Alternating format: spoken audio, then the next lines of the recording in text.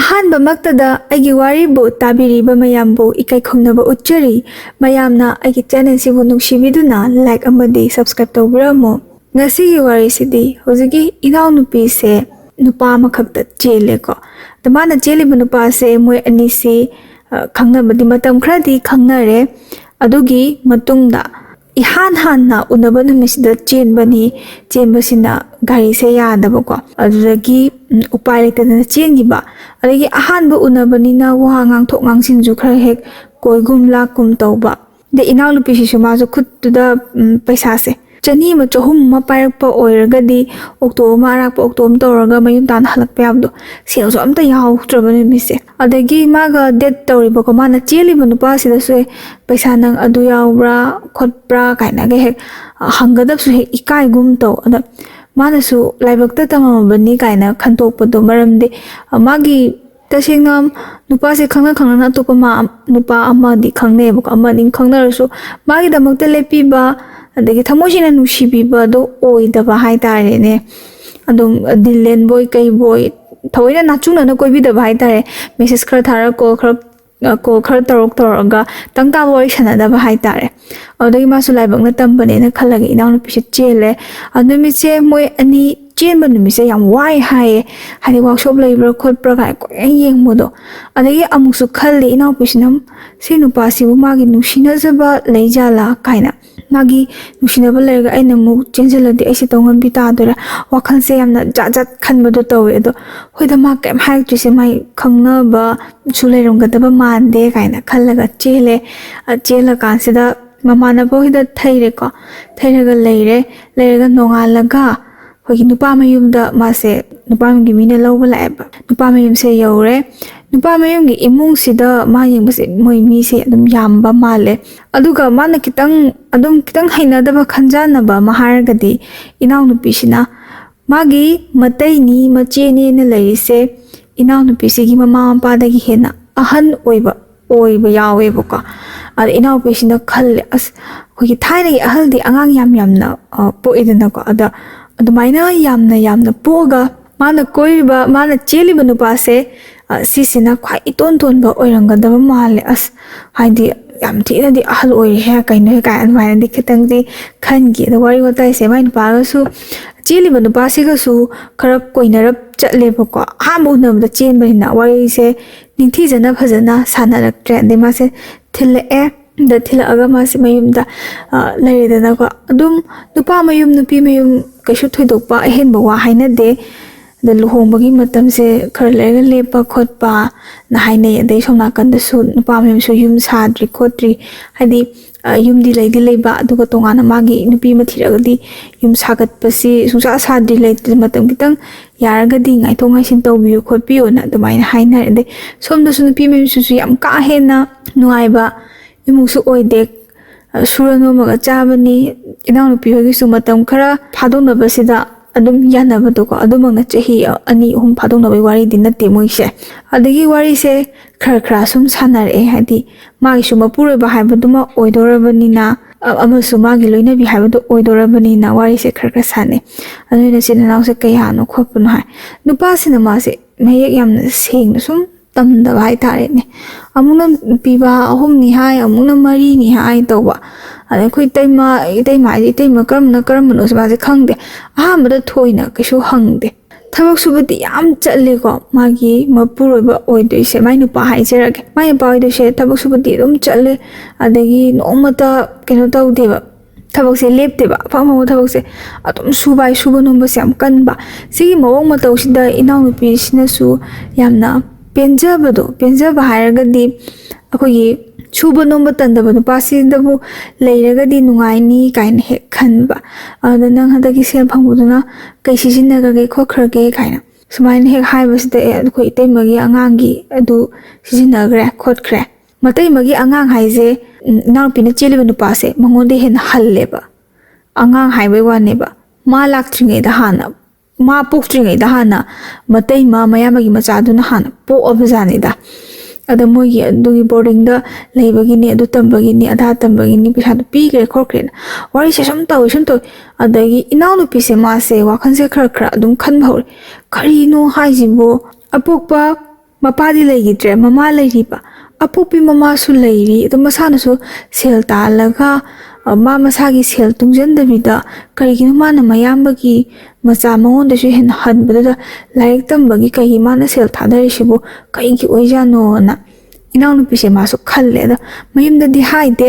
ꯍꯥꯏꯔꯨꯕꯗ ꯐꯖꯕ ꯋꯥꯏꯗ ꯆꯩꯔꯛꯀꯅꯤ ꯉꯥꯡꯉꯛꯀꯅꯤ ꯑꯗꯒꯤ ꯅꯪꯅ ꯆꯦꯜꯂꯤꯗꯨꯕꯨ ꯀꯔꯤ ꯋꯥꯈꯜꯗ ꯆꯦꯜꯂꯤꯅꯣ ꯀꯥꯏꯅ ꯑꯗꯨꯝ ꯉꯥꯡꯉꯤꯗꯅꯀꯣ ꯈꯔ ꯅꯨꯄꯤ ꯑꯃꯅ ꯂꯨꯍꯣꯡꯕ ꯍꯥꯏꯗꯤ ꯃꯌꯨꯝ ꯄꯥꯟꯕꯁꯦ ꯈꯤꯇꯪ ꯀꯣꯝꯕ ꯅꯤꯁꯥ ꯄꯁꯥ ꯆꯥꯗꯕ ꯍꯤꯡꯕꯗ ꯅꯨꯡꯉꯥꯏꯒꯗꯕꯁꯤ ꯂꯣꯏꯅꯃꯛ ꯊꯤꯅꯔꯤꯅꯦꯕ ꯑꯌꯥꯝꯕꯅ ꯑꯗꯨꯃꯥꯏꯅ ꯊꯤꯅꯔꯒ ꯑꯗꯨꯒꯤ ꯑꯩꯈꯣꯏ ꯈꯤꯇꯪ ꯃꯊꯣꯡ ꯍꯥꯏꯐꯦꯠ ꯆꯥꯗꯕ ꯋꯥꯔꯤꯗꯨ ꯂꯤꯔꯨꯔꯒꯗꯤ ꯆꯩꯔꯛꯀꯅꯤ ꯍꯥꯏꯕꯒꯤ ꯃꯥꯁꯦ ꯈꯪꯖꯜꯂꯦ ꯃꯥ ꯁꯥꯎꯅꯤꯡꯉꯛꯄ ꯑꯃ ꯌꯥꯎꯔꯛꯑꯦꯕ ꯃꯁꯥꯁꯦ ꯋꯥꯔꯤ ꯁꯥꯟꯅꯩ ꯍꯥꯏꯕꯒꯤ ꯅꯨꯡꯉꯥꯏꯕ ꯑꯃ ꯐꯥꯎꯔꯛꯇ꯭ꯔꯦꯕ ꯑꯗ ꯁꯥꯎꯅꯤꯡꯕꯗꯒꯤ ꯏꯅꯥꯎꯅꯨꯄꯤꯁꯤꯅ ꯍꯥꯏꯔꯦ ꯃꯥꯅ ꯆꯦꯜꯂꯤꯕ ꯅꯨꯄꯥꯁꯤꯗ ꯀꯩꯒꯤꯅꯣ ꯅꯪꯅ ꯇꯥꯜꯂꯛꯄ ꯁꯦꯜꯗꯣ ꯑꯗꯨꯗꯣ ꯇꯨꯡꯁꯟꯒꯦꯗꯤ ꯂꯩꯇ꯭ꯔꯒ ꯐꯔꯁꯨ ꯐꯠꯇ꯭ꯔꯁꯨ ꯌꯨꯝ ꯑꯃ ꯀꯩ ꯑꯃ ꯁꯥꯗ꯭ꯔꯤꯁꯨ ꯍꯥꯏꯔꯦ ꯑꯗꯒꯤ ꯏꯕꯥꯅꯤ ꯂꯨꯍꯣꯡꯗꯧꯁꯨ ꯂꯩꯔꯦ ꯑꯗꯨꯒ ꯄꯩꯁꯥ ꯈꯤꯇꯪ ꯇꯨꯡꯁꯟꯒꯦꯗꯤ ꯍꯥꯏꯗ꯭ꯔꯒ ꯅꯪꯅ ꯃꯣꯏꯗ ꯁꯨꯝ ꯄꯤꯊꯣꯛꯏꯗꯨꯕꯨ ꯀꯔꯤꯒꯤꯅꯣ ꯅꯪꯒꯤ ꯁꯦꯜꯗꯣ ꯑꯩ ꯂꯧꯒꯦ ꯈꯣꯠꯀꯦ ꯍꯥꯏꯕꯒꯤ ꯋꯥꯐꯝꯗꯤ ꯂꯩꯇꯦ ꯑꯗꯣ ꯌꯨꯝ ꯅꯨꯡꯗꯨꯗꯤ ꯈꯤꯇꯪ ꯐꯖꯅ ꯁꯥꯕꯤꯔꯝꯃꯨ ꯑꯗꯒꯤ ꯅꯣꯏ ꯌꯨꯝꯗꯣ ꯌꯦꯡꯕꯗ ꯐꯤꯕꯝ ꯈꯤꯇꯪꯁꯨ ꯆꯥꯗꯦ ꯑꯩ ꯌꯥꯝ ꯀꯥ ꯍꯦꯟꯅ ꯀꯩ ꯍꯥꯏꯅꯤ ꯆꯦꯡꯅ ꯁꯥꯗꯕ ꯌꯥꯔꯣꯏ ꯈꯣꯠꯇꯕ ꯌꯥꯔꯣꯏ ꯍꯥꯏꯕꯒꯤ ꯋꯥꯐꯝ ꯂꯩꯇꯦ ꯅꯪꯒꯤ ꯀꯥꯅꯦꯅ ꯇꯧꯔꯤꯗꯣ ꯑꯩꯈꯣꯏꯒꯤ ꯏꯃꯨꯡ ꯍꯦꯛ ꯆꯪꯉꯛꯄꯒ ꯃꯣꯏꯒꯤ ꯀꯩꯅꯣ ꯇꯧꯕꯗꯣ ꯏꯃꯨꯡ ꯍꯦꯛ ꯆꯪꯉꯛꯄꯒ ꯁꯣꯝ ꯅꯥꯀꯟꯒꯤ ꯀꯥ ꯃꯆꯥ ꯄꯤꯛꯇ꯭ꯔꯨ ꯑꯃ ꯂꯩ ꯍꯥꯏ ꯄꯤꯛꯇ꯭ꯔꯨꯗꯨꯗ ꯍꯦꯛꯇ ꯀꯩꯅꯣꯅ ꯊꯣꯡꯁꯨ ꯄꯥꯟꯗꯕꯤꯗ ꯄꯗꯥꯔ ꯑꯃꯈꯛꯅ ꯈꯟꯗꯣꯛ ꯈꯟꯖꯤꯟ ꯇꯧꯔꯒ ꯑꯩꯈꯣꯏ ꯀꯥꯗꯣ ꯃꯊꯣꯡ ꯈꯔ ꯆꯥꯍꯧꯗꯕꯅꯤꯅ ꯑꯗ ꯍꯥꯏꯕꯒꯤ ꯋꯥꯅꯤ ꯑꯩꯁꯨ ꯑꯋꯣꯡ ꯑꯋꯣꯟ ꯎꯄꯨ ꯌꯥꯝꯗ꯭ꯔꯕꯗ ꯎꯄꯨ 2ꯗ ꯑꯣꯏꯔꯁꯨ ꯐꯃꯨꯡ 2ꯗ ꯑꯣꯏꯔꯁꯨ ꯄꯨꯔꯛꯀꯅꯤ ꯑꯗꯩ ꯁꯣꯐꯥ ꯑꯃ ꯄꯨꯔꯛꯀꯅꯤ ꯑꯇꯩ ꯑꯍꯦꯟꯕꯗꯨꯗꯤ ꯊꯝꯈ꯭ꯔꯣ ꯑꯗꯨ ꯀꯗꯥꯏꯗ ꯊꯥꯗꯣꯔꯤꯒꯦ ꯑꯗꯨꯒꯤꯗꯣ ꯈꯤꯇꯪ ꯋꯥꯠꯂꯤꯉꯩꯗꯒꯤ ꯂꯨꯍꯣꯡꯕꯁꯤꯅ ꯆꯍꯤ 2 ꯐꯥꯗꯣꯛꯅꯅꯤ ꯆꯍꯤ 1 ꯐꯥꯗꯣꯛꯅꯅꯤ ꯍꯥꯏꯕꯁꯨ ꯅꯠꯇꯦ ꯑꯗꯨꯝ ꯑꯩꯁꯨ ꯀꯩꯁꯨ ꯆꯦꯜꯂꯨꯔꯕꯅꯤ나 ꯀꯨꯏꯅ ꯊꯝꯕꯁꯤ ꯀꯩꯁꯨ ꯄꯥꯝꯗꯦ ꯅꯣꯏ ꯌꯨꯝ ꯁꯥꯗ꯭ꯔꯤ ꯅꯪꯒꯤ ꯀꯥ ꯑꯃ ꯇꯞꯊꯣꯛꯀꯅꯤ ꯍꯥꯏꯕꯗꯨꯒꯤ ꯉꯥꯏꯅꯕꯅꯤ ꯑꯗꯨꯒꯤ ꯁꯦꯜꯗꯨꯗꯤ ꯅꯪꯅ ꯋꯥꯔꯤ ꯁꯥꯟꯅꯔꯛꯏꯁꯦ ꯐꯩꯅꯥꯝꯗꯤ ꯀꯨꯏꯔꯦ ꯇꯁꯦꯡꯅ ꯃꯣꯏꯅ ꯊꯥ ꯑꯃꯃꯨꯛꯀꯤ ꯃꯇꯨꯡꯗ ꯃꯔꯩꯁꯦ ꯌꯦꯟꯅꯔꯛꯄꯖꯥꯠꯅꯤ ꯊꯥ ꯑꯃ ꯐꯥꯔꯐꯥꯎꯗ ꯅꯪꯒꯤ ꯀꯥ ꯁꯥꯕꯒꯤ ꯃꯍꯨꯠꯇ ꯃꯣꯏ ꯄꯩꯁꯥꯗꯣ ꯁꯨꯝ ꯄꯤꯁꯜꯂꯤꯗꯨꯕꯨ ꯀꯔꯤꯒꯤꯅꯣ ꯈꯣꯠꯄꯅꯣꯅꯀꯣ ꯃꯥꯁꯨ ꯈꯤꯇꯪ ꯁꯥꯎꯅꯤꯡ ꯈꯣꯠꯅꯤꯡꯗꯅ ꯉꯥꯡꯉꯦ ꯑꯗꯩ ꯉꯥꯡꯗꯣꯏ ꯅꯨꯄꯥꯁꯤꯁꯨ ꯑꯩꯅ ꯇꯧꯔꯤ ꯊꯕꯛꯁꯦ ꯅꯪ ꯈꯪꯕ ꯅꯠꯇꯦ ꯈꯣꯠꯄ ꯅꯠꯇꯦ ꯀꯥꯏꯅ ꯕ꯭ꯔꯪ ꯂꯥꯎꯅ ꯁꯥꯎꯒꯠꯂꯛꯄ ꯃꯥꯁꯨ ꯇꯧꯗꯤ ꯌꯥꯗꯗꯅ ꯇꯧꯔꯤꯅꯤ ꯈꯣꯠꯂꯤꯅꯤ ꯀꯥꯏꯅꯒ ꯑꯗꯒꯤ ꯆꯥꯛ ꯌꯦꯟꯁꯥꯡꯃꯛꯇ ꯆꯥꯔꯦꯀꯣ ꯅꯣꯏꯗꯤ ꯀꯩ ꯌꯦꯟꯁꯥꯡ ꯆꯥꯒꯦ ꯈꯣꯠꯀꯦꯅ ꯑꯗꯨꯝ ꯉꯥꯛꯇꯪ ꯁꯥꯎꯅꯔꯒꯁꯨ ꯑꯗꯨꯝ ꯐꯕꯤꯗꯣꯀꯣ ꯑꯗꯨꯝ ꯀꯥꯟꯗ ꯑꯦꯟꯁꯥꯡ ꯅꯨꯡꯁꯥꯡꯒ ꯍꯪꯉꯛꯄꯁꯦ ꯏꯅꯥꯎꯅꯨꯄꯤꯁꯤ ꯃꯥꯁꯦ ꯆꯝꯊꯣꯡꯕꯨ ꯆꯥꯏ ꯍꯥꯏꯔꯁꯨ ꯑꯃꯕꯨ ꯆꯥꯏ ꯍꯥꯏꯔꯒꯁꯨ ꯅꯨꯄꯥꯁꯤꯅ ꯍꯦꯛꯇ ꯍꯥꯏꯕ ꯍꯥꯎꯔꯝꯅꯤꯅꯦꯅ ꯅꯣꯏꯗꯤ ꯀꯩ ꯆꯥꯏ ꯍꯥꯏꯔꯒ ꯑꯗꯨ ꯆꯥꯏ ꯉꯁꯤꯗꯤ ꯍꯦꯟꯖꯥꯡ ꯌꯥꯎꯗ꯭ꯔꯦꯅ ꯈꯥꯛꯑꯝꯗ꯭ꯔꯦ ꯊꯨꯝꯒ ꯇꯣꯠꯂ ꯆꯥꯏ ꯍꯦꯛꯇ ꯍꯥꯏꯔꯛꯄ ꯉꯁꯤꯗꯤ ꯏꯁꯤꯡ ꯍꯩꯖꯤꯜꯂꯒ ꯃꯣꯔꯣꯛ ꯑꯃ ꯆꯤꯛꯑ ꯆꯥꯕꯅꯤ ꯍꯥꯎꯋꯦꯅ ꯊꯕꯛ ꯋꯥꯅ ꯍꯜꯂꯛꯄꯗꯨꯗ ꯀꯥꯏꯅ ꯅꯨꯄꯥꯁꯤꯅꯁꯨ ꯑꯃꯨꯛ ꯌꯥꯝꯅ ꯊꯋꯥꯏ ꯇꯥꯖꯅꯀꯣ ꯏꯅꯥꯎꯅꯨꯄꯤꯁꯤꯗ ꯍꯥꯏ ꯍꯌꯦꯡꯋꯥꯏ ꯅꯪꯅ ꯏꯅꯥꯛꯇꯒ ꯂꯥꯛꯑꯗꯤ ꯑꯩꯅ ꯆꯥꯅꯤꯡꯕ ꯑꯦꯟꯁꯥꯡ ꯂꯩꯌꯦ ꯑꯗꯨ ꯑꯦꯟꯁꯥꯡꯗꯣ ꯅꯪ ꯊꯣꯡꯉ ꯑꯩ ꯄꯤꯖꯧꯀꯣ ꯄꯦꯟꯅ ꯆꯥꯗꯣꯏꯅꯦ ꯁꯤꯅꯦꯕ ꯏꯅꯥꯎꯅꯨꯄꯤꯁꯤꯅ ꯑꯃꯨꯛ ꯈꯜꯂꯦꯀꯣ ꯃꯃꯥꯅꯒ ꯑꯍꯜ ꯑꯣꯏꯁꯜꯂꯛꯄꯗꯨꯗ ꯃꯇꯩꯃ ꯑꯗꯩ ꯃꯌꯥꯝꯕꯁꯤꯡ ꯃꯣꯏꯁꯨ ꯃꯆꯥꯁꯤꯡꯗꯣ ꯆꯥꯎꯅꯔꯕꯅꯤꯅ ꯃꯉꯣꯟꯗ ꯌꯦꯡꯁꯤꯟꯕꯤꯕꯁꯦ ꯀꯩꯁꯨ ꯌꯦꯡꯁꯤꯟꯕꯤꯕ ngꯝꯃꯝꯃꯣꯏ ꯑꯗꯨꯅ ꯑꯣꯏꯔꯝꯒꯅꯤ ꯈꯣꯠꯂꯝꯒꯅꯤꯅ ꯈꯪꯉꯦ ꯑꯗꯩ ꯍꯧꯖꯤꯛꯀꯥꯟꯒꯤ ꯐꯣꯟ ꯋꯥꯔꯤ ꯈꯨꯁꯥꯟꯅ ꯐꯣꯟ ꯈꯨꯄꯥꯏꯅ ꯍꯥꯏꯔꯦꯗꯅ ꯑꯗꯒꯤ ꯕꯦꯂꯦꯟꯁꯇꯣ ꯑꯗꯨم ꯍꯥꯞꯅꯔꯕꯅꯤꯅ ꯐꯣꯟꯁꯦ ꯄꯨꯡ 24 ꯑꯗꯨꯝ ꯄꯥꯏꯔꯁꯨ ꯌꯥꯔꯕꯅꯤꯅ ꯑꯗꯒꯤ ꯏꯅꯥꯎꯅꯨꯄꯤꯁꯤꯅꯁꯨ ꯈꯝꯕꯟꯖꯕꯣꯏ ꯀꯩꯕꯣꯏ ꯐꯣꯟꯁꯦ ꯑꯗꯨꯝ ꯄꯥꯏꯔꯒ ꯂꯩꯕ ꯊꯝꯒꯅꯨ ꯄꯥꯏꯌꯣ ꯁꯤꯅꯦꯕ ꯅꯨꯄꯥꯁꯤꯁꯨ ꯑꯗꯨꯝ ꯄꯥꯏꯕ ꯀꯥꯟꯁꯤꯗ ꯅꯨꯄꯥꯁꯤꯒꯤꯅꯦ ꯃꯃꯥꯁꯤꯅꯅꯦ ꯅꯨꯄꯥꯁꯤꯗ ꯉꯥꯡꯕꯁꯦ ꯊꯤꯅ ꯉꯥꯡꯕ ꯍꯥꯏꯗꯤ ꯆꯥꯛ ꯂꯣꯏꯔꯦꯃꯛꯇꯕꯨ ꯍꯥꯏꯔꯁꯨ ꯏꯕꯨꯡꯉꯣ ꯑꯗꯨꯗ ꯍꯥꯏꯗꯦ ꯃꯥꯏ ꯃꯃꯤꯡ ꯑꯃ ꯀꯧꯋꯦꯕꯀꯣ ꯑꯗꯣ ꯃꯃꯤꯡꯗꯣ ꯑꯗꯨꯝ ꯀꯧꯗꯣꯏꯅꯤ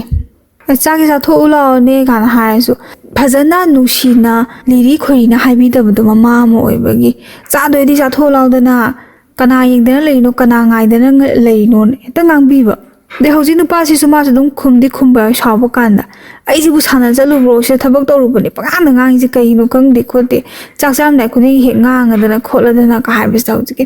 ꯃꯃꯥꯁꯤꯅꯅꯦ ꯆꯥꯅꯤꯡꯉ ꯆꯥꯏꯗꯣ ꯇꯣ ꯈꯔ ꯆꯥꯔꯤꯁꯦ ꯅꯔꯥꯏꯕꯛ ꯐꯔꯕꯅꯤ ꯈꯣꯠꯂꯕꯅꯤ ꯋꯥꯍꯩ ꯈꯨꯗꯤꯡꯒꯤ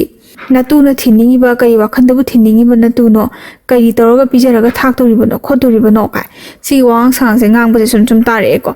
ꯑꯗꯩ ꯅꯨꯄꯥꯁꯤꯅ ꯑꯩꯅ ꯁꯦꯜ ꯇꯥꯜꯂꯒ ꯑꯩꯅ ꯊꯥꯛꯆꯗꯧꯅꯤ ꯅꯣꯏꯅ ꯊꯥꯛꯀꯗꯕ ꯅꯠꯇꯦ ꯑꯩ ꯅꯨꯄꯤ ꯊꯤꯌꯨ ꯅꯣꯏ ꯀꯩꯗꯧꯔꯒꯦ ꯁꯤꯅꯦꯕꯀꯣ ꯃꯃꯥꯁꯤꯅ ꯉꯥꯡꯕꯁꯤꯗ ꯅꯨꯄꯤꯁꯦ ꯈꯤꯇꯪꯗꯤ ꯃꯥꯁꯦ ꯀꯩꯅꯣ ꯃꯃꯥ ꯑꯃ ꯑꯣꯏꯔꯒ asumai thina thina ngang sibo kaina gamase khanje ko inaw nu pisina ai no mayam sa thina khana ba je phone pai bas de inaw pisina ta hawe de kamaina hai ge da hamu sumoi se mare sum ye na ba hai dare nu pasina di hai ba mana cheli ba nu pasina di inaw nu pis hai me bas ngasi man thayam sai paisa ne na tala ga su kon na de adegi ai ka ma ta thok ne hai ba du su kan amta adugi wal du ya ma jing ne kemta keno to bi de khot bi de kemta khana de ai ta lak pa di mo som ye na da na yam tali man tha sai ngasi ai na lan to du ni khot to ni ha adegi hauji ki inaw nu pisina su ma su kitang haizen ba hai tare ne ko phajaba semdaba yaroi sadaba yaroi ka ama lodang tap thopo moi bu kai tawi haino kuirabani khotlabani yengo kaina ga mai masu tasengna yum palaga lemina da worimna masu kitang adwai ne khairuba ali saw changai da saigi mamara matai mara di khangde aham bazida waje se chak to pi bazani chak pi basida hojiki inaw nu pi se ma di phone ni na khangdre ko aduga nupasne chak tu kari noi gi chak sne langa pi rei jibo adum aina lawga char swai ado cha sam lapi ba thongjin dana chaglanga idubu kaino chaksi pung sai jai thabak wan halak bajida aina hai ba ko mai nu pasna adegi awai akum jaka tongna basida hek to boga saudoi ga pai ga khotoi ga nupi phaw imung da pusalakti nupi na sumbabra kainom tawre khole ka ngang pa jani da kaksi da karai dagi nupi wa noi pusalai je ai chak chaba changa ka noi na a chak sang dagi thongjin ta na chaluk se lang e langja haidi ilak pa jani da lang e adu haibani karai de nupi wa noi pusalai je kholai je mama ga anu ngang na ba dagi ngang na re dagi hamu wa aman ba jing do ngang na re nupi thini khoni adu do hairak pa jani da Jamana na dum nupasi dumana khumbi ba hanagi chingkhum do nung khumba jane de kari thanam dana hojagi na tu thino noi na pa duna noi tamok ta kari thanami kholi ha na pa duna kari thanam ge adagi sengna ga phasada ba wahai hai ta ne wahai da khoi manu sikai jan na pa do ka pandana phari da ba machani khopani aina sokuina wa na yoktana khotana thaklai je kem ta khambi bana te chane ga chaw saing da to kain tor kan sa pasma je thole bo ko chai sa de thole adagi ngasai nupi si suma su karino mongon sam thi na ngangi si mana mama du ni habi thape chingna ba khonje na chimpa sum purok bodo phone wari shanar ga su do mama la sumai ngang ga ni matai mara tramoi mama se kaidore adagi mana chiruri ba nupa si ni sa yam cha ba oi mazala mana paisa si imung bisali ha ga pisandra mazala si bo na khani me ai na ma se tam na sum hangna ba toy nupa se phone sa ga ma se ai kon tor ke ai khole thamwa ta ka thamre ade mana phone je tawre ko to pai de message thare ma message ta na do mai to go no ai nungai ti ai kitang di khallo ai lai si ti kholi si ti ka na ma se thema khologa inaw nu pisina ma se na ma gi ma jeli bu nu pa se pa theme bo ko nu pa se ai ngste yum changroi dam ne karai dro ma lai ga tam ni khot ka tam ni adla on nang su nang ma thak pa de ki sunate ibani kadai dom chalaga ingna chingna lai rase ai nang aminge ai shuge nomge duga ibani baradara kaino leiraga yum ma sarga ingna chingna lai se inga sia bi miste dom yum changroi dabane ai punsi se no ai su kan khang de khote ka ma se kappe e ba khang bra nu pa se ani pa se kapas ta ma se nungai treba hoji no pi se ma se nungai man da na mana hai kaino na dumai to do imana chaiba bu khot bu dumai na saunu khonu ai de mama du da inaw nu pi sina di yam saungninga bane ba kani mama nu khalla bane du mi ma gi mama ni phaso phatra so heng mai le min na dori ni da nuina ma phatti se lu hongdring da nuina ma du hing cha bi ni phatte ga se nupi am na kashu hekta hairoi ba le min na ba matung da khotra saungning khotning da na ga haina gim ni da mabu khar chamba min na le shari ngai da ga di loina kan di hairam ga dra ko hoji kan tamangam de ham de be adu da ko am thadar roi se adama se saw no ko kon theme sigi nu mistagi khange bo ko nupa sigi mama se apopa mama na te na da kamain to ge da ngasai gi nupa sigi mapa se mane hingi ngai da masa se mai nupi thi jare ko masa masu sing loi lei re alai kan sta nupi angang da khara di dum ken to ba mi oi bajani da nupi ngang khara koi gan ba panggan ba nupi angang da paisa thada ba ki da ba khot da ba khara ngausan na ba oi bajani da hojiki nupa sigi mapa se da mana keno to ru bai ta koi ru ba dagi lang ba kholu du da ꯑꯩꯈꯣꯏꯒꯤ ꯃꯥꯅ ꯅꯨꯄꯤ ꯑꯃꯈꯛ ꯆꯦꯜꯂꯛꯄ ꯅꯨꯄꯤꯁꯦ ꯂꯩꯁꯥꯕꯤ ꯅꯠꯇꯦ ꯃꯧꯅꯦ ꯃꯧꯅꯥ ꯁꯨꯝ ꯍꯜꯂꯛꯑꯒ ꯂꯩꯔ ꯈꯣꯠꯂꯒ ꯅꯨꯄꯥ ꯈꯥꯏꯅꯔꯒ ꯂꯩꯕ ꯃꯌꯨꯝꯒ ꯑꯃꯨꯛꯀ ꯄꯥꯟꯖꯒꯦ ꯀꯥꯏꯅ ꯈꯟꯕꯁꯤꯗ ꯃꯧꯅꯍꯥ ꯑꯃ ꯃꯥꯅ ꯄꯨꯁꯜꯂꯛꯄꯖꯥꯠꯅꯤ ꯄꯨꯁꯜꯂꯛꯄ ꯀꯥꯟꯁꯤꯗ ꯂꯩꯃꯤꯟꯅꯔꯦ ꯍꯧꯖꯤꯛꯀꯤ ꯅꯨꯄꯥꯁꯦ ꯃꯥꯕꯨ ꯍꯦꯛ ꯄꯣꯛꯆꯔꯤꯕ ꯃꯃꯥꯁꯦ ꯃꯥꯁꯦ ꯑꯇꯣꯝꯕꯤ ꯑꯣꯏꯕꯖꯥꯠꯅꯦꯕ ꯑꯇꯣꯝꯕꯤ ꯑꯣꯏꯅ ꯄꯨꯁꯜꯂꯒ ꯏꯃꯨꯡꯁꯤꯗ ꯂꯩꯔꯦ ꯑꯗ ꯂꯩꯕꯗꯒꯤ ꯍꯧꯖꯤꯛꯀꯤ ꯅꯨꯄꯥꯁꯦ ꯄꯣꯛꯑꯝꯕ ꯑꯗ ꯍꯧꯖꯤꯛ ꯅꯨꯄꯥꯁꯤꯅ ꯃꯥꯅ ꯈꯔ ꯄꯨꯡꯀꯛ ꯆꯥꯎꯔꯛꯄ ꯁ꯭ꯋꯥꯏꯁꯤꯗ ꯃꯄꯥꯁꯦ ꯂꯩꯈꯤꯗ꯭ꯔꯕ ꯃꯄꯥ ꯂꯩꯇꯕꯗꯒꯤꯗꯤ ꯑꯩꯈꯣꯏꯒꯤ ꯅꯨꯄꯤ ꯑꯅꯤ ꯂꯣꯜꯂꯤꯅꯤꯀꯣ ꯑꯗꯒꯤ ꯑꯍꯟ ꯑꯇꯣꯝꯕꯤ ꯑꯣꯏꯔꯦ ꯑꯗ ꯑꯍꯟꯁꯤꯅ ꯃꯥꯗꯤ ꯃꯆꯥ ꯃꯁꯨꯁꯨ ꯆꯥꯎꯍꯧꯔꯦ ꯑꯗꯒꯤ ꯃꯆꯥꯁꯤꯡꯁꯨ ꯌꯥꯝꯕꯅꯤꯅ ꯃꯥꯒꯤꯗꯤ ꯀꯩꯝꯇ ꯋꯥꯠꯇꯕꯗꯩ ꯑꯇꯣꯝꯕꯤꯒ ꯑꯍꯟꯒ ꯂꯩꯃꯤꯟꯅꯕ ꯍꯥꯏꯔꯗꯅ ꯑꯍꯟꯅ ꯑꯇꯣꯝꯕꯤꯁꯦ ꯀꯩꯁꯨ ꯂꯩꯍꯟꯅꯤꯡꯕꯗꯤ ꯅꯠꯇꯦꯕ ꯇꯥꯟꯊꯣꯛꯅꯕ ꯈꯣꯠꯅꯕ ꯁꯨꯝ ꯁꯤꯟꯕ ꯍꯥꯏꯇꯥꯔꯦ ꯐꯨꯕꯤꯗꯅ ꯈꯣꯠꯄꯤꯗꯅ ꯑꯗꯩ ꯍꯧꯖꯤꯛꯀꯤ ꯅꯨꯄꯥꯁꯤꯒꯤ ꯍꯦꯛ ꯑꯄꯣꯛꯄ ꯃꯃꯥꯁꯦ ꯑꯇꯣꯝꯕꯤ ꯇꯥꯔꯦ ꯑꯇꯣꯝꯕꯤꯁꯤꯗ ꯑꯍꯟꯒꯤ ꯃꯆꯥ ꯀꯣ ꯃꯥꯒꯤ ꯃꯌꯥꯝꯕꯁꯤꯡ ꯍꯥꯏꯇꯥꯔꯦ ꯃꯌꯥꯝꯕ ꯑꯍꯜꯁꯤꯡꯁꯤꯅꯁꯨ ꯍꯦꯛꯇ ꯐꯨꯕꯤꯗꯅ ꯈꯣꯠꯄꯤꯗꯅ ꯇꯧꯕꯁꯤꯗꯒꯤ ꯃꯥꯁꯦ ꯑꯃꯨꯛ ꯆꯦꯟꯈꯤꯕ ꯍꯥꯏꯇꯥꯔꯦꯅꯦ ꯆꯦꯟꯈꯤꯕ ꯀꯃꯥꯏꯅ ꯇꯧꯋꯤ ꯃꯥ ꯑꯇꯣꯞꯄ ꯅꯨꯄꯥꯗ ꯆꯦꯜꯂꯤꯅꯤ ꯍꯥꯏ ꯑꯃꯗ ꯆꯦꯜꯂꯤꯅꯤ ꯍꯥꯏ ꯆꯦꯟꯈ꯭ꯔꯕ ꯑꯗ ꯈꯔ ꯂꯝꯆꯠ ꯆꯨꯝꯗꯕꯤ ꯃꯃꯥꯗꯤ ꯑꯣꯏꯕꯖꯥꯠꯅꯤ ꯁꯦꯡꯅ ꯍꯥꯏꯔꯒ ꯆꯦꯅꯥꯏ ꯅꯥꯏꯕꯤꯒ ꯑꯣꯏꯕꯗꯣꯀꯣ ꯌꯥꯝ ꯐꯠꯇꯕ ꯅꯨꯄꯤ ꯄꯥꯄꯤ ꯃꯍꯥ ꯄꯥꯄꯤ ꯅꯨꯄꯤ ꯑꯣꯏꯕꯖꯥꯠꯅꯤ ꯑꯄꯣꯛꯄ ꯃꯆꯥꯁꯦ ꯃꯥꯅ ꯑꯃꯨꯛ ꯂꯪꯊꯣꯛꯑꯝꯃꯒ ꯑꯇꯣꯞꯄ ꯅꯨꯄꯥꯗ ꯆꯦꯜꯂꯤꯅꯤ ꯍꯥꯏ ꯆꯣꯡꯉꯤꯅꯤ ꯍꯥꯏ ꯒ꯭ꯌꯥꯟ ꯃꯦꯟ ꯇꯥꯈꯤꯗ꯭ꯔꯕ ꯑꯗ ꯀꯩꯁꯨ ꯊꯤꯖꯤꯜꯂꯨꯗ꯭ꯔꯕꯀꯣ ꯑꯗꯩ ꯃꯥꯅ ꯄꯨꯡꯀꯛ ꯆꯥꯎꯔꯛꯄꯗꯒꯤ ꯃꯥꯁꯦ ꯂꯩꯕ ꯀꯥꯟꯁꯤꯗ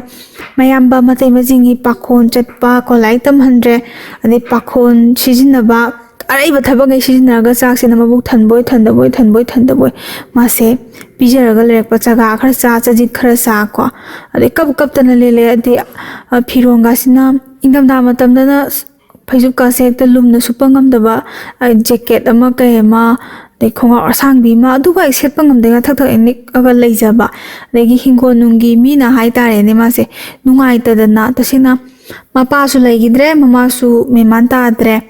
ꯑꯗꯒꯤ ꯑꯍꯜꯅ ꯌꯣꯛꯄꯅꯤꯅ ꯃꯥꯒꯤꯁꯨ ꯃꯆꯥ ꯃꯁꯨꯗꯨ ꯃꯤ ꯑꯣꯏꯅꯕ ꯁꯦꯝꯅꯕ ꯂꯩꯕꯅꯤ나 ꯃꯤꯒꯤ ꯅꯨꯡꯁꯤꯅꯗꯕ ꯃꯥꯅ ꯈ꯭ꯋꯥꯏꯗꯒꯤ ꯌꯦꯡꯊꯤꯕ ꯑꯇꯣꯝꯕꯤꯒꯤ ꯃꯆꯥꯗꯨꯕు ꯃꯥꯅ ꯀꯩꯁꯨ ꯅꯨꯡꯁꯤꯒꯗꯕꯗꯤ ꯂꯩꯇꯦꯗꯅ ꯑꯗꯨꯅ ꯍꯤꯡꯒꯣꯜ ꯅꯨꯡꯅ ꯃꯥꯒꯤ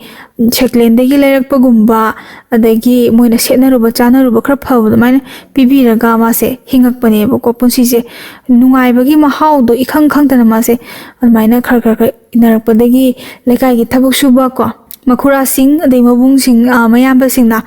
ꯊꯕꯛ ꯁꯨꯔꯨꯁꯤ ꯂꯥꯎ ꯊꯕꯛ ꯁꯨꯔꯒ ꯅꯪ ꯈꯔ ꯐꯅꯤ ꯅꯕꯨꯛ ꯊꯟꯅꯤ ꯁꯤꯗ ꯁꯨꯝ ꯂꯩꯔꯗꯤ ꯌꯥꯔꯣꯏ ꯑꯩꯈꯣꯏ ꯅꯌꯥꯝꯕꯁꯤꯡꯒꯤ ꯄꯥꯈꯣꯟ ꯆꯠꯄꯗꯩꯕꯣ ꯅꯪ ꯁꯤꯕ ꯇꯥꯔꯦ ꯀꯥꯏꯅ ꯅꯨꯡꯉꯥꯏꯇꯕꯗꯣ ꯃꯤ ꯑꯃꯅ ꯃꯤ ꯑꯃꯗ ꯃꯤꯅꯨꯡꯁꯤ ꯐ꯭ꯔꯤꯗ ꯁꯦꯜ ꯃꯌꯥꯝ ꯄꯤꯔꯒ ꯑꯗꯒꯤ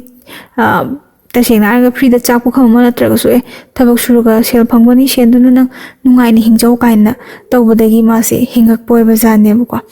अदगी माना थबक सुरैसि याम अंगांग ओरिङैदगी फजना सुरबा जानी मपांगनजि पाजना थुदेक टेक टेक के सुरबनेबा थबकसे को अदुगी ताको पैसादुना ममा हंजिना लौरगा माना दुम सिजिनबा खंगब्रा अदे थबक सुबमदा यामना लै मासे मिमदा लेदि मा चामबुक थंदेबा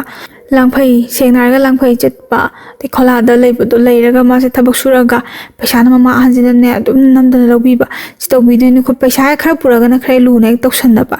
फिरोन मक्ता से चाबोइजो अदु सेतोकनो कोतोकने चैबा अदगी मयामबजिंग लुहोंगबा नुपी थिबा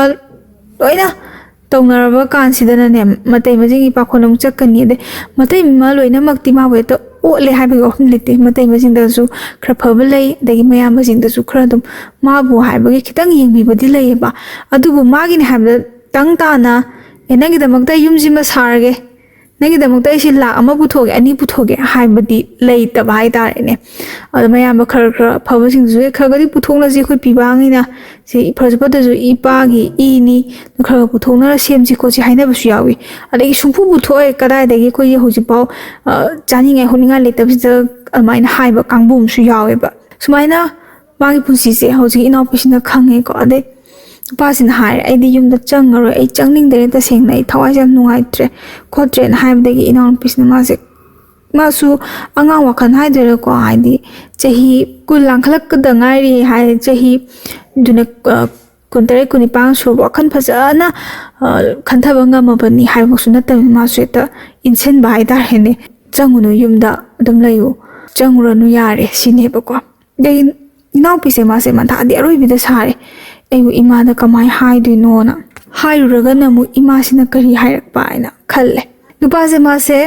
ꯊꯥꯞꯄꯤ ꯃꯥꯅ ꯊꯕꯛ ꯁꯨꯔꯤꯕ ꯃꯐꯝꯁꯦ ꯑꯩꯈꯣꯏ ꯆꯤꯡꯒꯤ ꯂꯝꯗꯅꯦꯕꯀꯣ ꯑꯗ ꯅꯣꯡꯃꯗ ꯂꯨꯄꯥ 1,000 ꯍꯥꯏ ꯅꯣꯡꯃꯗ 1,000 ꯑꯌꯨꯛ ꯅꯨꯡꯊꯤꯟ ꯅꯨꯡꯗꯥꯡ ꯑꯗꯨꯝ ꯁꯨꯕ ꯍꯥꯏꯇꯥꯔꯦ ꯑꯍꯤꯡ ꯍꯧꯒꯠꯂꯒ ꯁꯨꯕꯁꯨ ꯌꯥꯎꯏ ꯄꯣꯊꯥꯕꯒꯤ ꯃꯇꯝ ꯉꯥꯏꯍꯥꯛ ꯉꯥꯏꯍꯥꯛꯇꯤ ꯐꯪꯉꯦ ꯑꯗ ꯆꯥꯛ ꯏꯁꯤꯡ ꯊꯕꯛꯐꯝꯗ ꯂꯣꯏ ꯆꯥꯔꯒ ꯊꯕꯛꯐꯝꯗ ꯄꯨꯔꯥ ꯍꯣꯜ ꯇꯧꯔꯒ ꯂꯩꯗꯣꯏꯅꯦꯕꯀോ ꯑꯗ ꯃꯥꯅ ꯁꯥꯎꯅꯈꯤꯕ ꯅꯨꯃꯤꯠꯇꯨꯗ ꯍꯦꯛ ꯆꯠꯈꯤꯕꯗꯤ ꯅꯠꯇꯦ ꯁꯥꯎꯅꯔ ꯃꯇꯨꯡꯗ ꯃꯥꯁꯦ ꯍꯧꯖꯤꯛꯀꯤ ꯅꯨꯄꯥꯁꯦ ꯃꯥꯁꯦ ꯃꯃꯥꯟꯅꯕꯩ ꯃꯌꯨꯝꯗ ꯃꯇꯝ ꯈꯔ ꯅꯣꯡ ꯅꯤꯅꯤ ꯂꯩꯔꯝꯃꯦꯕꯀꯣ ꯑꯗ ꯃꯃꯥꯟꯅꯕꯒꯤ ꯃꯃꯥꯅꯁꯨ ꯃꯃꯥ ꯃꯄꯥ ꯂꯩꯖꯗ꯭ꯔꯕꯅꯤ나 ꯃꯇꯝ ꯈꯔ ꯂꯩꯕꯕꯨꯅ ꯑꯗꯨꯝ ꯍꯔꯥꯎ ꯍꯔꯥꯎ ꯂꯩꯍꯟꯕꯤꯔꯛꯄꯖꯥꯠꯅꯤꯗ ꯋꯥꯔꯤ ꯂꯤꯈꯠꯂꯀꯥꯟꯗ ꯍꯨꯏꯁꯦ ꯑꯗꯨꯝ ꯈꯣꯡꯉꯛꯀꯅꯦꯕ ꯈꯪꯕ꯭ꯔꯥ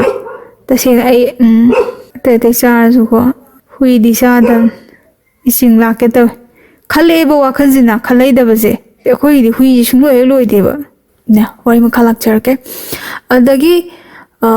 मासे थबकसे चटखिबनेबको चटखिबदगी नुपीसिगा वारीसि खर खर साने याम तोइन तोइन सानदि फंगदे चिंगी लमगा ओइरेने वाका क्या फंगद्रे अद पैसासिना कमाइ तौबो खोटपन हाइन पासने ए इयाम्बम लै अद माइ जीपे तौरगा नोंदा काफलके नोंदा तुंगसल्लगना खर फरनी खोलनी हायरगा मासे चिंगदा मतम खर लैरे अदै थबक सुरे पैसासिना मोइसे थखाइ थखाइगी ओइने पिबिबजानिदा अदै थखाइगी नोंदा लिसिंग पालगदे लिसिंग ट्रांगा को इनाउ लुपिसने मोदा कापे अद इनाउ पिसिसु मासिसु मोइ मुसे लैतब कशु यामना नुंगाइबे इमुंग नतबनिना पैसासे मोदा कापे खंगदि ममा पाने सिजिनजे कोची हाइदोरिबा मोइ माना लेगदोरिबा नुपादुगी युंगी फिबमदि खंगब नतेबा खंगदबनिना अद मासे कापे खोलैगा केमता हाइद्रे मासे लिसिंग ट्रांगा इबानी लिसिंग थामा थामदा लिसिंग कुंट्रा सि थबकसिना अदुम सुबा ओइरगदि फै अद युम अमा का अमा तथोकदना कयाम चंगबा कयाम सेमजनदोरिबा काम मासे माथाय सागलामनि अद मानसु खल्ले अस अइसे अवनपोसे फ्रीज वाशिंग मशीन गासे हापतबिदा पु आइदि दरकार ओइबा हाइतारेने हिकदब फामुंग फिरो हामनगदा उपु सोफा मको टीवी गासे पुदबिदा इसे सना ओइना याम दबको सना सिनजु होजिकान सना सिनजु याम तांगे दको अद सना ओइना कितंग पुरगा ऐसे अदुगी पैसादुना युम सेमजनबदा मिगोदे पैसा खरा पुसल्लबको नुपासदा खल्ललेसे अनुपासदा हाइदोइसे माना पैसादो खरा पुरगा मागी सनादु थमदोगा और काइथोगा सुमाइना सिंगबा जोंतदि उपाय लेते काना मासे खंजैबा अदगी लुहोंबगी पोचे लेबगी हाइनरे ममाना मपाना को इनाउ नुपीसिगी ए नंगी करी करी हा मपाना हाय इचा कैमता खनगनु मयाम ने हेक्ता हौजिकांदी मयाम उन्नरेदना अवुन पोसे को सनागी कुंदोगा लेंदना डायमंड की चांदी गे तौना दाइने को हंदा अदुना मोय अरेबा मी वानी तसेंगा अखोइना कलक हाइदरा साउनिंग हाइदरा कलक पोरसु कुछ कायदे कलक पगी हाइजबनी फंगदबई तसेंना फंगदबगी को फंगसु फंगोयबा दुदोको सनाई कुंदो लेंबगान हंदा उपोक्सिगे अखोय किसु फंगरोय खनसे दो नुकनबदी याय को नुकनबदी नुकनसी हंजले का हाइना दाइरे को मफासिना हाय अइना अंगमबदी चागी पीनी कोनी मपागी प्लांसिना नादा चिन्नबा सना दगी लीक को नि खुदो मचा अमनी दे fridge washing machine dining table लोइना सोनबा हाय तारेने मसागी पीनी हाइबा सुमाइना पीनी हाइबजंग साई इनाउ पिसे मादि लवाइ लुतो सात पुनिंग देबा मा सनादो इन पुनिंग पैसा ओनबा याबा पोतमा पुनिंगेबा दे फ्रीज वाशिंग मशीन दे योनबदा कैसु हानै ममनदुदि कैसु यौरोइदना सनागदि खेनैदना अरे माना हाय दियादना माना ममासदा वारी हौरे अइना चेलिबा नुपासे इमा सुमाइन तौबने खोटपने मासे ममासु लैट्रे मपासु लैट्रे खोट्रे हाइबसा ममाजि लवाइ लुतो सातख्रबा सागोतख्रबा हाइतारे लुहोंबसे तोकनी सिने इचानिंगोन वागनी ममा पा लैतबा पोक्तबा इनाउ नुपीगी ममासे ngang saknaba mayadre ko anirak cheluba misu ahumlak cheluba misu nupaju ko chadadi pide heng hongei honguraga halaga laidoi sarpudi chanupi se pidaba na phaina mama je to akdama song phandana tawgre इनाउ नुपीसे मासे याम नुंगाइजदे मा धर्म काइनिंगदे अदुगा मा याम फै अदोदागी वाफम मसाना केनो तौजबगी नतबको मागी लाइबंगना तमीरमबने दो नुपादु सुमाराइबक थीरबनी मागी लाइबंगना लाइबक थीबा मागी मकादा लैरो नतममबद ममान हाय माम साउनी ममादा माय इमानंग अदुमाइ तौनु खोनु हाय ꯃꯃꯥꯁꯦ ꯌꯥꯝ ꯃꯨꯛꯅꯔꯦ ꯃꯃꯥꯅ ꯅꯪ ꯆꯦꯟꯒ꯭ꯔꯗꯤ ꯅꯪ ꯍꯟꯅ ꯌꯦꯡꯉꯣꯏꯗꯕꯅꯤ ꯅꯪꯀꯣ ꯍꯦꯛꯇ ꯏꯅꯥꯎꯄꯤꯒꯤ ꯃꯃꯥꯁꯦ ꯉꯥꯡꯅꯕ ꯌꯥꯗꯦ ꯑꯗꯒꯤ ꯃꯃꯥꯁꯤꯁꯨ ꯍꯦꯛꯇ ꯃꯥꯒ ꯇꯥꯊꯣꯛ ꯇꯥꯁꯤꯟ ꯇꯧꯅꯖꯔꯤꯕ ꯍꯥꯏꯇꯥꯔꯦꯅꯦ ꯃꯥꯅ ꯈꯔ ꯊꯥꯖꯕ ꯃꯤ ꯂꯩꯀꯥꯏꯒꯤ ꯑꯣꯏꯒꯦꯔꯥ ꯃꯥꯏ ꯃꯔꯤ ꯃꯇꯥ ꯑꯣꯏꯒꯦꯔꯥ ꯅꯨꯄꯥꯗꯣ ꯃꯃꯥ ꯃꯄꯥ ꯂꯩꯇ꯭ꯔꯦꯌꯦ ꯑꯄꯣꯛꯇꯕ ꯃꯃꯥ ꯑꯍꯜꯅ ꯌꯣꯛꯄꯅꯤ ꯈꯣꯠꯄꯅꯤ ꯍꯥꯏꯕꯁꯦ ꯄꯤꯔꯨꯅꯨ ꯍꯧꯖꯤꯛ ꯑꯁꯦꯡ ꯑꯣꯠꯄꯤꯗꯅ ꯑꯗꯒꯤ ꯁꯦꯝꯖꯤꯜꯂꯛꯇꯅ ꯉꯥꯎꯗꯅ ꯆꯠꯈꯤꯕꯁꯨ ꯌꯥꯏ ꯈꯣꯠꯄ ꯌꯥꯏ ꯑꯗꯩ ꯍꯥꯠꯇꯣꯛꯄꯐꯥꯎ ꯌꯥꯎꯔꯤꯕꯅꯤ ꯈꯣꯠꯂꯤꯕꯅꯤ ꯀꯥꯏꯅ ꯁꯨꯃꯥꯏꯅ ꯉꯥꯡꯕꯤꯕ ꯍꯥꯏꯇꯥꯔꯦ ꯍꯥꯟꯅꯒꯤ ꯄꯤꯕꯥꯗꯨꯅ ꯑꯍꯟꯒꯤ ꯃꯆꯥ ꯑꯅꯤꯅꯤ ꯑꯗꯒꯤ ꯑꯇꯣꯝꯕꯤ ꯃꯆꯥꯅ ꯑꯅꯤꯅꯤ ꯑꯍꯨꯝꯅꯤ ꯍꯥꯏꯕꯁꯨ ꯅꯠꯇꯦ ꯑꯇꯣꯝꯕꯤ ꯃꯆꯥꯗ ꯃꯊꯟꯇꯅꯤ ꯌꯥꯎꯔꯤꯗꯣ ꯃꯌꯥꯝ ꯆꯪꯗꯅ ꯃꯦꯠꯈꯥꯏꯔ ꯍꯥꯠꯇꯣꯛꯄꯤꯕꯗꯨꯗ ꯀꯔꯤꯅꯣ ꯃꯥꯅ ꯍꯥꯏ ꯉꯝꯗꯣꯏꯁꯦ ꯂꯝ ꯁꯔꯨꯛ ꯀꯔꯤꯝ ꯐꯪꯉꯣꯏ ꯈꯣꯠꯂꯣꯏ ꯀꯥꯟꯅꯔꯣꯏ ꯃꯁꯥꯁꯨ ꯌꯥꯝ ꯅꯍꯥ ꯑꯣꯏꯔꯤ ꯂꯩꯔꯁꯅꯨ ꯍꯌꯦꯡ ꯁꯦꯡꯅ ꯍꯥꯏꯔꯒ ꯃꯣꯏ ꯍꯥꯏꯁꯦ ꯅꯨꯄꯥ ꯅꯨꯄꯤ ꯆꯦꯜꯂꯨꯕ ꯂꯩ ꯄꯩꯁꯥ ꯌꯥꯝ ꯄꯥꯏꯕꯀꯣ ꯑꯗꯨꯒꯨꯝꯕ ꯑꯣꯏꯔꯁꯨ ꯌꯥꯏ ꯑꯗꯒꯤ ꯅꯨꯄꯤ ꯍꯥꯏꯐꯦꯠ ꯊꯤꯔꯝꯃꯒ ꯈꯥꯏꯅꯈꯤꯕ ꯃꯌꯥꯝ ꯂꯩ ꯑꯗꯨꯗ ꯏꯪꯅ ꯆꯤꯛꯅ ꯂꯩꯖꯕꯅ ꯐꯩ ꯈꯣꯠꯂꯤ ꯀꯥꯏꯅ ꯍꯥꯏꯕ ꯁꯤ ꯋꯥꯍꯩꯁꯦ ꯇꯥꯕꯁꯤꯗꯀꯣ ꯏꯅꯥꯎꯄꯤꯁꯦ ꯃꯥꯁꯦ ꯌꯥꯝ ꯁꯥꯎꯅꯤꯡꯉꯦ ꯃꯃꯥ ꯈꯠꯅꯗꯅ ꯉꯥꯡꯅꯗꯅ ꯇꯧꯔꯦ ꯑꯗꯩ ꯃꯃꯥꯅ ꯃꯥꯁꯦ ꯐꯣꯟ ꯄꯥꯏꯍꯟꯗꯕꯤ ꯂꯧꯁꯟꯕꯤꯒ ꯇꯧꯔꯦꯕꯀꯣ ꯃꯥꯁꯦ ꯎꯄꯥꯏ ꯂꯩꯇ꯭ꯔꯦ ꯃꯥꯁꯦ ꯀꯞꯄꯦ ꯑꯗꯩ ꯅꯨꯄꯥꯁꯤꯅꯒ ꯀꯣꯜ ꯇꯧꯖꯔꯛꯄꯗ ꯃꯃꯥꯁꯤꯅꯒ ꯉꯥꯡꯗꯅ ꯈꯣꯠꯇꯅ ꯊꯕꯛ ꯁꯨꯗꯕ ꯅꯪꯒꯤ ꯇꯧꯐꯝ ꯊꯣꯛꯇꯅ ꯊꯧꯗꯅ ꯅꯤꯡꯊꯤꯖꯅ ꯇꯧ ꯐꯣꯟ ꯆꯀꯠ ꯇꯧꯔꯛꯀꯅꯨ ꯏꯀꯥꯏ ꯁꯪꯒꯣꯏ ꯍꯥꯡꯉꯤ ꯀꯥꯏꯅ ꯏꯆꯥꯅꯨꯄꯤꯁꯦ ꯆꯦꯜꯂꯨꯔꯒꯁꯨ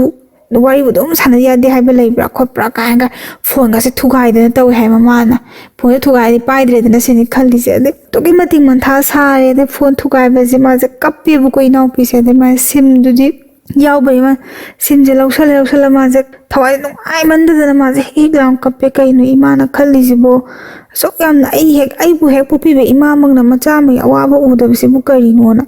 ꯏꯅꯥꯎꯅꯨꯄꯤꯁꯦ ꯃꯥꯁꯨ ꯁꯥꯎꯒꯠꯂꯦꯀꯣ ꯀꯩꯅꯣꯅꯦ ꯏꯆꯥꯅꯨꯄꯤꯅ ꯋꯥꯔꯒꯁꯨ ꯃꯃꯥ ꯑꯩꯅ ꯑꯉꯝꯕ ꯃꯇꯦꯡ ꯄꯥꯡꯅꯤ ꯃꯤ ꯐꯔꯒ ꯂꯣꯏꯔꯦ ꯃꯔꯥꯏꯕꯛ ꯊꯤꯕ ꯃꯥꯒꯤꯗꯃꯛꯇ ꯂꯦꯞꯄꯤꯌꯨ ꯀꯥꯏꯅꯒ ꯍꯥꯏꯔꯛꯀꯗ꯭ꯔꯥ ꯍꯥꯏꯅ ꯈꯜꯂꯒ ꯏꯃꯥ ꯅꯪꯅ ꯑꯗꯨꯃꯥꯏꯅ ꯇꯧꯔꯤꯁꯤꯕꯣꯅ ꯈꯜꯂ ꯃꯥ ꯁꯥꯎꯅꯤꯡꯕꯗꯒꯤ ꯉꯁꯥꯏ ꯃꯥꯏ ꯐꯣꯟꯁꯦ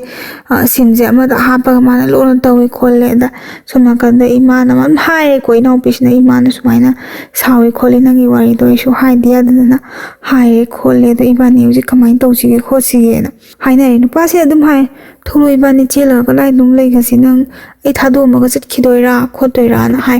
ꯅꯨꯄꯥꯁꯤꯅ ꯌꯥꯝ ꯅꯨꯡꯉꯥꯏꯖꯗꯕ ꯍꯥꯏꯇꯥꯔꯦ ꯃꯥꯅ ꯍꯥꯟꯅ ꯃꯃꯥꯡꯗ ꯅꯨꯄꯤ ꯑꯃꯁꯨ ꯀꯣꯏꯅꯖꯔꯝꯕꯖꯥꯠꯅꯤꯀꯣ ꯃꯥꯅ ꯍꯦꯛ ꯀꯣꯏꯅꯔꯨꯕ ꯅꯨꯡꯁꯤꯅꯔꯨꯕ ꯅꯨꯄꯤꯁꯦ ꯀꯩꯁꯨ ꯌꯥꯝꯅ ꯃꯤꯒꯤ ꯄꯩꯁꯥ ꯅꯨꯡꯁꯥ ꯌꯥꯝ ꯄꯥꯏꯕ ꯃꯇꯦꯡ ꯄꯥꯡ ꯆꯥꯗꯅ ꯅꯨꯄꯥꯁꯤꯅ ꯍꯦꯛꯇ ꯂꯥꯛꯑꯝꯃꯒ ꯅꯨꯡꯁꯤꯖꯔꯨꯕꯗꯤ ꯅꯠꯆꯗꯦꯕꯀꯣ ꯑꯗꯨ ꯃꯥꯒ ꯆꯥꯟꯅꯖꯕ ꯃꯥꯅ ꯍꯦꯛ ꯅꯨꯡꯁꯤꯖꯔꯨꯕ ꯅꯨꯄꯤꯗꯣ ꯍꯥꯏꯔꯨꯅꯤ ꯑꯗꯨꯒ ꯃꯃꯥ ꯃꯄꯥ ꯍꯦꯛꯇ ꯄꯨꯄꯥꯡ ꯁꯨꯗꯦ ꯃꯃꯥ ꯃꯄꯥ ꯂꯩꯇꯦꯅ ꯍꯦꯛꯇ ꯀꯩꯅꯣ ꯇꯧꯕꯤꯕ ꯍꯥꯏꯇꯥꯔꯦ ꯃꯥꯁꯦ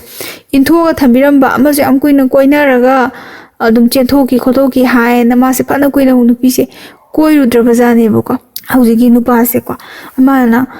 ꯏꯅꯥꯎꯅꯨꯄꯤꯁꯦ ꯊꯦꯡꯅꯖꯕꯁꯤꯗ ꯆꯦꯟꯕꯁꯤꯗ ꯃꯥ ꯍꯔꯥꯎꯖꯔꯒ ꯃꯥꯒꯤ ꯄꯨꯟꯁꯤꯒꯤ ꯑꯁꯥ ꯑꯃ ꯎꯔꯀꯥꯟꯁꯤꯗ ꯃꯃꯥꯅ ꯑꯃꯨꯛ ꯌꯥꯗꯦ ꯇꯧꯕꯁꯦ ꯊꯣꯛꯂꯛꯑꯣ ꯅꯨꯄꯥꯁꯤꯅ ꯍꯥꯏꯔꯦ ꯑꯗ ꯏꯅꯥꯎꯄꯤꯁꯤꯅ ꯊꯦꯝꯃꯦ ꯅꯪ ꯃꯇꯝ ꯈꯤꯇꯪꯗꯤ ꯉꯥꯏꯌꯨ ꯈꯣꯠꯂꯣ ꯅꯪꯒꯤ ꯊꯕꯛ ꯁꯨꯐꯝ ꯇꯧꯕꯗꯣ ꯑꯗꯨꯝ ꯇꯞꯊꯔꯛꯄ ꯌꯥꯏ ꯑꯗ ꯅꯪꯅ ꯊꯕꯛ ꯁꯨꯕꯗꯣ ꯂꯣꯏꯔꯒ ꯑꯗꯨꯒꯤ ꯄꯩꯁꯥꯗꯣ ꯑꯩꯉꯣꯟꯗ ꯀꯥꯞꯄꯛꯑꯅꯨꯀꯣ ꯊꯈꯥꯏ ꯀꯩꯁꯤꯡꯗꯣ ꯀꯥꯞꯄꯛꯑꯅꯨ ꯅꯪ ꯄꯩꯁꯥ ꯑꯣꯏꯅ ꯄꯨꯔꯒ ꯂꯥꯛꯑꯣ ꯄꯩꯁꯥ ꯑꯣꯏꯅ ꯄꯨꯔꯒ ꯂꯥꯛꯑꯒ ꯑꯩ ꯑꯗꯨ ꯐꯥꯎꯒꯤ ꯃꯅꯨꯡꯗ ꯑꯩꯁꯨ ꯐꯣꯟ ꯑꯃꯗꯤ ꯄꯥꯏꯔꯝꯒꯦ ꯂꯣꯟꯅ ꯄꯥꯏꯔꯀꯥꯟꯗ ꯏꯕꯥꯅꯤ ꯀꯗꯥꯏꯗꯅꯣꯃ ꯆꯠꯈ꯭ꯔꯁꯤ ꯏꯕꯥꯅꯤꯒꯤ ꯊꯣꯛꯄ ꯍꯤꯡꯉꯨꯔꯁꯤ ꯁꯤꯅꯦꯕ ꯑꯗꯒꯤ ꯅꯤꯝꯐꯨ ꯉꯥꯡꯅꯔꯛꯑꯦ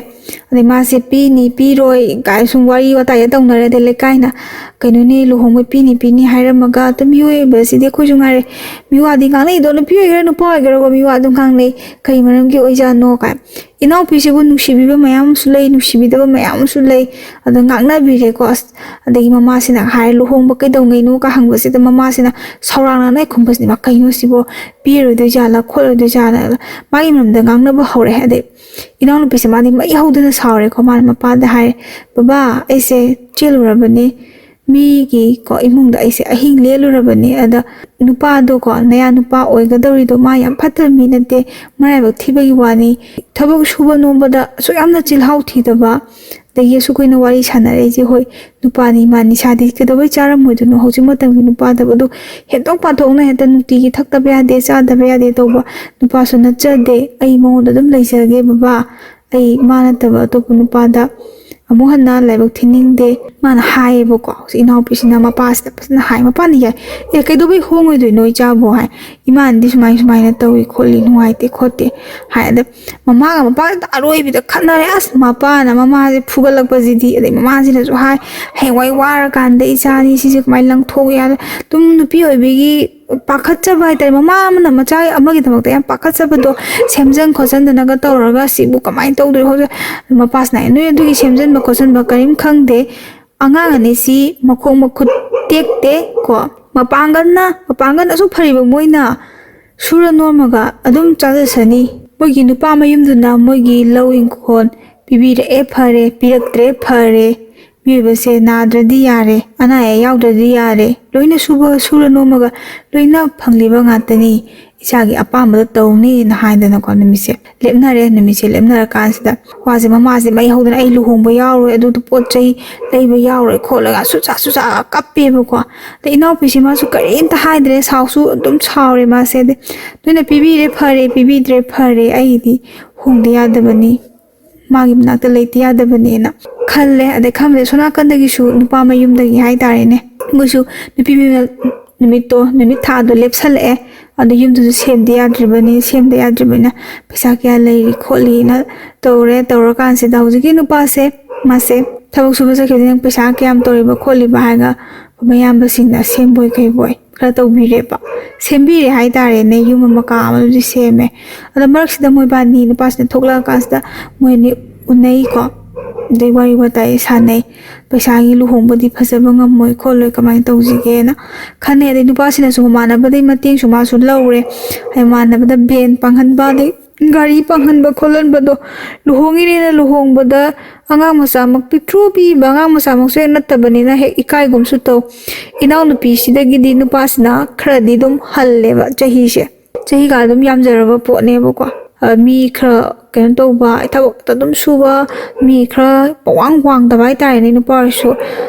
ꯆꯥꯡꯆꯠ ꯑꯃꯗꯕꯨꯗꯤ ꯋꯥꯡꯖꯕ ꯑꯗꯨꯅ ꯑꯉꯥꯡ ꯃꯥꯟꯕꯗꯣ ꯁꯛꯇꯣ ꯑꯗꯨꯃꯥꯏꯅ ꯑꯣꯏꯕ ꯂꯤꯕ ꯃꯥꯟꯗꯕ ꯖꯥꯠꯅꯤꯗ ꯑꯗꯨꯃꯥꯏꯅ ꯇꯧꯔꯒ ꯃꯣꯏꯁꯦ ꯅꯤꯡꯕ ꯊꯨꯡꯕꯣꯏ ꯊꯨꯡꯗꯕꯣꯏ ꯇꯧꯔꯒ ꯂꯨꯍꯣꯡꯉꯦ ꯑꯗꯩ ꯂꯨꯍꯣꯡꯕ ꯀꯥꯟꯁꯤꯗ ꯉꯁꯥꯏꯒꯤ ꯏꯅꯥꯎꯅꯨꯄꯤꯒꯤ ꯃꯃꯥꯁꯤꯁꯨ ꯃꯃꯥ ꯄꯣꯛꯇꯕꯤꯅꯤ ꯍꯥꯏꯕꯒꯤ ꯁꯥꯎꯅꯤꯡꯕ ꯑꯗꯩ ꯑꯁꯣꯝ ꯅꯥꯀꯟꯒꯤ ꯃꯃꯥ ꯑꯍꯟꯗꯨꯁꯨ ꯃꯥꯏꯁꯨ ꯃꯆꯥ ꯄꯤꯕ ꯌꯥꯎꯖꯔꯤꯕꯅꯤ ꯃꯥꯅ ꯍꯣꯡꯅꯤꯡꯗꯅ ꯍꯣꯡꯕꯁꯨ ꯅꯠꯇꯕꯅꯤꯅ ꯆꯥꯅ ꯊꯛꯅꯕꯕꯨ ꯑꯣꯏꯔో ꯑꯃꯕꯨ ꯑꯣꯏꯔꯣ ꯂꯨꯍꯣꯡꯕꯗ ꯍꯥꯏꯇꯥꯔꯦꯅꯦ ꯐꯖꯅ ꯇꯧꯔꯝꯗꯕ ꯀꯕꯣꯛ ꯃꯁꯤꯡ ꯁꯨꯏꯒ ꯁꯨꯗꯦ ꯑꯗꯒꯤ ꯂꯨꯍꯣꯡꯕꯗꯒ ꯄ꯭ꯂꯥꯎ ꯊꯨꯡꯗꯦ ꯈꯣꯠꯇꯦ ꯑꯗꯩ ꯆꯥꯅ ꯃꯍꯤ ꯂꯥꯡ ꯈꯣꯠꯂꯤ ꯈꯔ ꯉꯥꯡꯅꯕ ꯖꯥꯠꯅꯤꯗ ꯑꯗꯩ ꯂꯨꯍꯣꯡꯕ ꯅꯣꯡꯉꯥꯟꯕ ꯅꯨꯃꯤꯠꯁꯦ ꯃꯤꯅ ꯐꯖꯗꯦ ꯍꯥꯏꯒꯤꯅꯦꯅꯀꯣ ꯏꯅꯥꯎꯅꯨꯄꯤꯁꯤꯅ ꯃꯥ ꯑꯃ ꯂꯩꯔꯕꯅꯤ나 ꯃꯥꯅ ꯃꯥꯏ ꯃꯄꯨꯔꯣꯏꯕꯗ ꯍꯥꯏꯔꯕꯅ ꯂꯣꯏꯅ ꯁꯤꯟ ꯁꯥꯗꯅ ꯇꯧꯔꯦ ꯂꯨꯍꯣꯡ ꯅꯣꯡꯉꯥꯟꯕꯁꯤꯗꯤ ꯌꯥꯝ ꯐꯖꯔꯦꯀꯣ ꯃꯥꯒꯤ ꯀꯥ ꯇꯞꯊꯣꯛꯏꯗꯣ ꯃꯥꯒꯤ ꯑꯋꯨꯟꯄꯣꯠꯇꯣ ꯊꯝꯕ ꯆꯟꯗꯦꯕ ꯈꯪꯕ꯭ꯔꯥ ꯌꯥꯝ ꯄꯤꯛꯅ ꯁꯥꯕꯤꯔꯝꯕ ꯍꯥꯏꯇꯥꯔꯦꯅꯦ ꯃꯥꯁꯦ ꯃꯊ꯭ꯋꯥꯏꯁꯦ ꯈꯔ ꯅꯨꯡꯉꯥꯏꯇꯦ ꯑꯗꯨꯕꯨ ꯌꯥꯅꯕ ꯂꯩꯔꯒꯦꯗ ꯈꯣꯠꯂꯒꯦꯗ ꯃꯥꯁꯦ ꯈꯟꯖꯔꯦ ꯑꯗꯩ ꯃꯥꯅ ꯆꯥꯛꯀꯧꯕꯒꯤ ꯁꯦꯟ ꯊꯨꯝ ꯍꯥꯏꯔꯛꯑꯦꯕꯀꯣ ꯁꯦꯟ ꯊꯨꯝ ꯍꯥꯏꯕ ꯋꯥꯁꯨ ꯉꯥꯡꯕ ꯉꯝꯗꯕ ꯑꯗꯩ ꯄꯩꯁా ꯂꯩꯇꯦ ꯄꯣꯌꯦꯡꯅ ꯁꯤꯡꯉꯩ ꯇꯥꯔꯒ ꯈꯣꯠꯂꯒ ꯁꯦꯟꯗꯣ ꯃꯌꯥꯝ ꯍꯥꯏꯔꯛꯏꯗꯨꯕꯨ ꯀꯩꯒꯤꯅꯣ ꯈꯣꯠꯄꯅꯣꯅ ꯍꯥꯏꯔꯦ ꯑꯗꯒꯤ ꯑꯁꯣꯝ ꯅꯥꯀꯟꯗꯒꯤ ꯏꯅꯥꯎꯄꯤ ꯍꯣꯏꯒꯤ ꯃꯣꯏꯒꯤ ꯃꯌꯨꯝꯗꯒꯤ ꯍꯥꯏꯔꯛꯏꯁꯤꯁꯨ ꯍꯥꯏꯔꯛꯇ ꯌꯥꯗꯗꯅ ꯍꯥꯏꯔꯛꯄ ꯍꯥꯏꯗꯤ ꯁꯛꯇꯣ ꯌꯥꯝ ꯅꯨꯡꯁꯤꯅꯗ꯭ꯔꯕꯗꯣꯀꯣ ꯑꯗꯨꯅꯈꯔ ꯁꯨꯗꯦ ꯑꯗꯨꯏ ꯄꯩꯁꯥꯁꯨ ꯂꯣꯏꯅ ꯄꯤꯗꯦ ꯈꯣꯠꯇꯦ ꯈꯔ ꯇꯧꯅꯔꯦ ꯑꯍꯜ ꯂꯃꯟꯁꯤꯡꯁꯦꯈꯔ ꯅꯨꯡꯉꯥꯏꯅꯗ꯭ꯔꯦꯕꯀꯣ ꯑꯗꯨꯃꯥꯏꯅ ꯃꯥꯁꯦ ꯍꯤꯡꯉꯛꯑꯦ ꯂꯦꯜꯂꯛꯑꯦ ꯃꯧ ꯑꯃ ꯑꯣꯏꯔꯦ ꯑꯗꯩ ꯃꯥꯏ ꯅꯨꯄꯥꯁꯤꯅ ꯁꯨꯕ ꯅꯣꯝꯕ ꯈꯣꯠꯄ ꯇꯧꯔꯦ ꯏꯃꯨꯡꯁꯦ ꯄꯨꯟꯕꯗꯒꯤ ꯈꯔ ꯑꯗꯨꯝ ꯅꯨꯡꯉꯥꯏꯅꯗ꯭ꯔꯦ ꯍꯥꯏꯇꯥꯔꯦ ꯃꯅꯦꯝꯄꯣꯛꯁꯤꯅ ꯄꯉꯥꯡꯗ ꯉꯥꯡꯕꯤꯕꯀꯣ ꯍꯧꯖꯤꯛꯀꯤ ꯏꯅꯥꯎꯅꯨꯄꯤꯁꯤꯗ ꯊꯨꯝ ꯅꯝꯃꯤꯒ ꯃꯣꯔꯣꯛ ꯁꯥꯏꯒ ꯁꯥꯗꯦꯒ ꯑꯗꯒꯤ ꯂꯩꯔꯤꯕ ꯃꯇꯩꯒꯤ ꯃꯆꯦꯁꯤꯡꯁꯨ ꯑꯍꯜ ꯂꯃꯟ ꯑꯣꯏꯔꯤꯅꯤ ꯑꯗꯒꯤ ꯈꯔ ꯐꯕ ꯀꯥꯡꯕꯨꯅ ꯍꯦꯛ ꯃꯐꯩ ꯑꯗꯩ ꯈꯔ ꯐꯠꯇꯕ ꯈꯔ ꯉꯥꯡꯒꯟꯕ ꯀꯥꯡꯕꯨꯅꯁꯨ ꯄꯉꯥꯡꯗ ꯉꯥꯡꯕꯤꯕ ꯈꯣꯠꯄꯤꯕ ꯇꯧꯕꯁꯤꯗ ꯏꯅꯥꯎꯄꯤꯁꯨ ꯉꯁꯥꯏ ꯈꯪꯉꯒ ꯆꯠꯂꯕꯅꯤ나 ꯈꯔ ꯐꯕ ꯃꯇꯩ ꯈ꯭ꯋꯥꯏ ꯑꯍꯟꯁꯦ ꯃꯥꯗꯤꯈꯤꯇꯪ ꯑꯍꯟꯁꯨ ꯑꯣꯏꯕꯩꯔꯥ ꯀꯩꯅꯣ ꯃꯤꯔꯣꯟ ꯈꯔꯁꯨ ꯂꯣꯜꯂꯤ ꯍꯥꯏꯀꯣ ꯃꯇꯩꯁꯨ ꯃꯤꯔꯣꯟꯈꯔ ꯂꯣꯜꯂꯤ ꯑꯗꯒꯤ ꯃꯆꯦ ꯑꯣꯏꯕꯤꯗꯨꯁꯨ ꯃꯤꯔꯣꯟꯈꯔ ꯂꯣꯜꯂꯤ ꯃꯥꯅ ꯍꯥꯏꯔꯦꯀꯣ